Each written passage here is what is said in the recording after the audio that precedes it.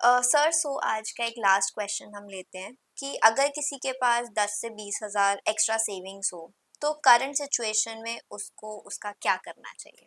The best way, आपके पास अगर 10,000 रुपए भी है तो मैं आपको ये कहूंगा कि आप उसका डिवीजन नोट कर लीजिए। पहला, 30% फंड जो है वो आपको डालना है इक्विटी मार्केट में। इक्विटी मार्केट का मतलब कहां पर?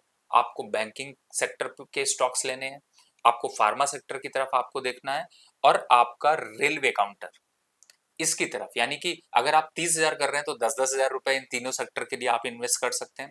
बचा आपके पास 70% पैसा। 70% में से 20% आप गोल्ड सिल्वर पे एज अ इन्वेस्टमेंट डाल दीजिए। यानी कि आप गोल्ड के ईटीएफ या गोल्ड के बीज या सिल्वर बीज इनमें डाल दीजिए। जो आपके पास बचा हुआ 50% पैसा है उसमें से थोड़ा सा पैसा यानी 20% पैसा गवर्नमेंट बॉन्ड्स में डालिए। आजकल बहुत अच्छा है, गवर्नमेंट की जो बॉन्ड है उनकी वैल्यू काफी अच्छी है, तो बाकी 20% आप गवर्नमेंट बॉन्ड में डाल दीजिए। यानी आपका टोटल निवेश मैंने कितना बताया? 30% इक्विटी, 20% गोल्ड सिल्वर, 20% आपका गवर्नमेंट बॉन्ड, टोटल मिलाकर 70% निवेश हो गया।